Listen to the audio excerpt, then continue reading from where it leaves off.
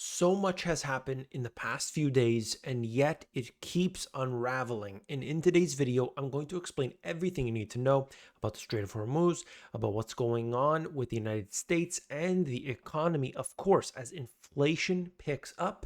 You came here for the truth, so let me unveil that for you. It's important to understand what's happening right here. You've been hearing it, and yes, over and over and over again, we keep seeing this information, but I want to get into things that you simply don't get elsewhere, as well as the latest information, beginning with this. We're looking at the oil price. Isn't it interesting that with all this craziness, all of this insanity, crude oil has gone down? This is something that is really telling about not just oil, but commodities in general. There's so much speculation in these markets. It is unbelievable. You have to understand that what price we see is the price they want us to have. They can send that price right down to the bottom if they want, but they keep it up high because they can control economies like this. With everything that's going on in the Strait of Hormuz, not just the Strait of Hormuz, but other choke points as well, this has escalated tensions all over the place. Wall Street banks break records as Iran war drives trading boom. We have to start asking the question first, cui bono, or who stands to gain? This right here is one interesting one.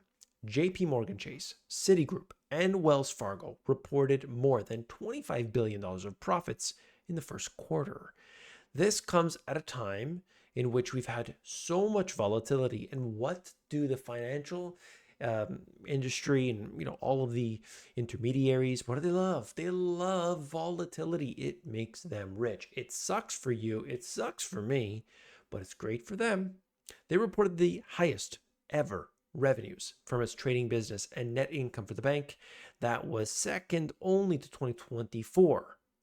Yes, that's what they are getting. You get higher inflation. You have to go to the pump and pay significantly more. You, the individual, your electricity prices continue to go up, up, up, up, and yet none of the good stuff seems to be going up. Iran threatens to disrupt shipping in the Red Sea unless the US lifts Hormuz blockade. They're saying, no, stop with the blockade, or we're going to make it a lot worse. The Red Sea, you have two choke points in the Red Sea. You have Saudi Arabia that is on one side of this, and they are bringing their stuff through, but they're not the only one, of course. Anything that comes through and needs to get to Europe has to go through these two choke points. And this can disrupt not just oil, but all kinds of different products that have to move through there. And they do each and every day until the Houthis say, yeah, we're not going to allow that. And that's what's happening right here and now. What about China? Brazenly blasted through the Strait of Hormuz with its US sanctioned tanker testing the naval blockade. That's right. You could see it right here, blazingly sailing through. Now, what we know for sure is that things have changed. The proposal, as I talked about in the last video, is that the pathway in which the ships will be traveling through the Strait of Hormuz has changed. If I pause this right here, you see this is Iraq. And before, you would have to go like this at the very bottom here. This is Oman. And the ships would travel right around Oman and go down and through, incoming and outgoing. But now they want a different path, which is actually all the way up here around Iraq, and they have to come around. Now, both of them, that's the in and out. And this is funny because they have to actually be inspected by Iran.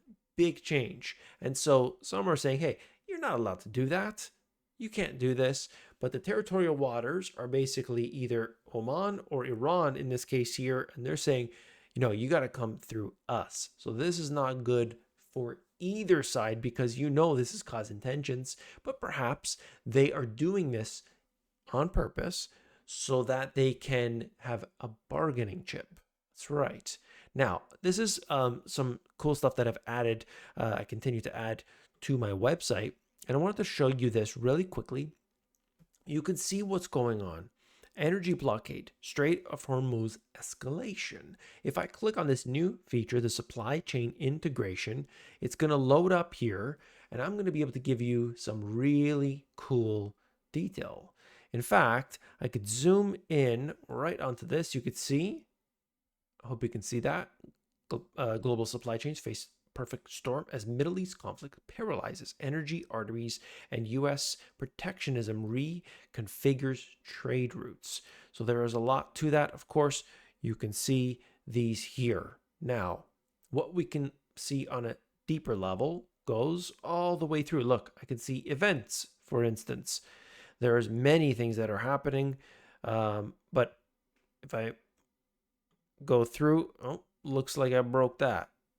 Understand where oil comes to and from. I hope you could see this, oil's journey. You could see the Ghawar oil field, Saudi Arabia, the largest conventional oil field ever discovered. Ghawar has been producing since 1951, 3.8 million barrels per day. That's 4% of global supply from a single field. Saudi Aramco is the most profitable company in history. Okay, now we go over, and you could see the Strait of Hormuz, the world's choke point. This is a place in which we've seen in the news just recently, obviously. Every day, 21 million barrels of oil pass through this 21-mile strait. About 1/5 of the global consumption. Iran sits on the northern shore. All right? And you could see whenever tensions rise, a mere threat of closing Hormuz sends oil prices spiking worldwide, as it did. And then we go and take it a step further. We're looking at the Suez Canal. The 120-mile Suez Canal saves ships a 4,000-mile detour around Africa. About 12% of the global trade passes through here. When the Ever Given, you remember that ship that got stuck there? It blocked $9.6 billion worth of goods per day. There was some funky stuff going on there. Some fishy stuff, I should say.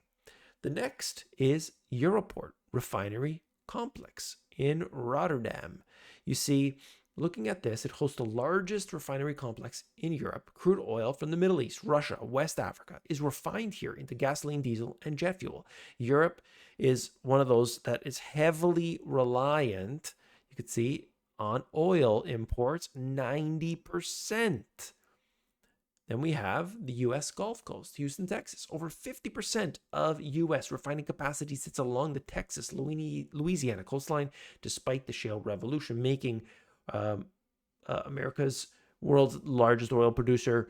U.S. is still importing during this thing, and then it makes it to the gas pump. And that, of course, is the journey. It goes on and on. This is something that I built for the subscribers, but I wanted to show that to you. And you could see things, for example, right here, energy. The U.S. is actually producing 12.9 million barrels per day. Saudi Arabia below that, Russia below that, Canada below. It's a huge producer of oil. It's got it everywhere, it seems. Now, this is just connecting the world. I'm trying to explain this visually. I'm trying to give everybody an understanding in depth that you just don't get out there. You just don't get it out there. It's something that we need to understand. I could show you more. If we look at the vessels that are here, I could scan the area and we'll see if we could pick anything up. By the way, this is a work in progress, my website. I'm trying to implement all these features, and as I do, things happen. This is, of course, really coming along. As you can see, there's so much depth to it. And I'm just going to show you, it will give you an idea of how many different vessels are out there right now. And then we can look at it much more in depth. This is something that the subscribers get. Right here, you can see 484 vessels. 484 vessels. And if we click into that, I can give a little bit more insight. If we look at this right here, try to zoom in, you can see it for yourself. Active conflict in the Gulf region, as you know. Energy blockade, that's right there, more news. And then what happens? What happens to all of these? Crude oil, natural gas, companies like Exxon. This is all bullish. Things are moving in their favor, as well as refined products too, okay? And so this is just some depth to show you, to give you insight as to what you need to know about these areas, okay? There's a lot to it. I hope that helped to really explain things from a 30,000 foot view, or even in this case, a lot more than that. And so you can, oh, there's some of the ships. So you can see actually if I show you, clicking on any of those triangles actually gives you the ship itself. So I'm actually breaking down so you could see each individual ship that is there and locate what they're doing, where they're moving, and all that stuff. So that's actually part of the website too. If you found this informative, I want you to give that thumbs up to support me. If you want to get on to the website, themoneygps.com, it's there. I've got free stuff. I've got articles. I've got the compass. I've got all kinds of free stuff for you. And at the same time, there's people getting into the software. The software is worth approximately, I got to do a new calculation because of all the new features, but I think it was at $450 a month. If you took all different software, put it together, $450 a month, you go check what I'm charging for the software. This is a $450 software now. You see what I'm charging for that. I hope you appreciate this. All the members are loving it so far, and there's so much more to come. There is about 19 different features. This, what you're seeing, the supply chain, is one feature. There's 19 features so far. And all of these different things that I haven't even showed you a fraction of, yeah, there are 19 of those features. So anyway, that's it. If you want to support me, hit that thumbs up. I'll see you on the next one. Take care.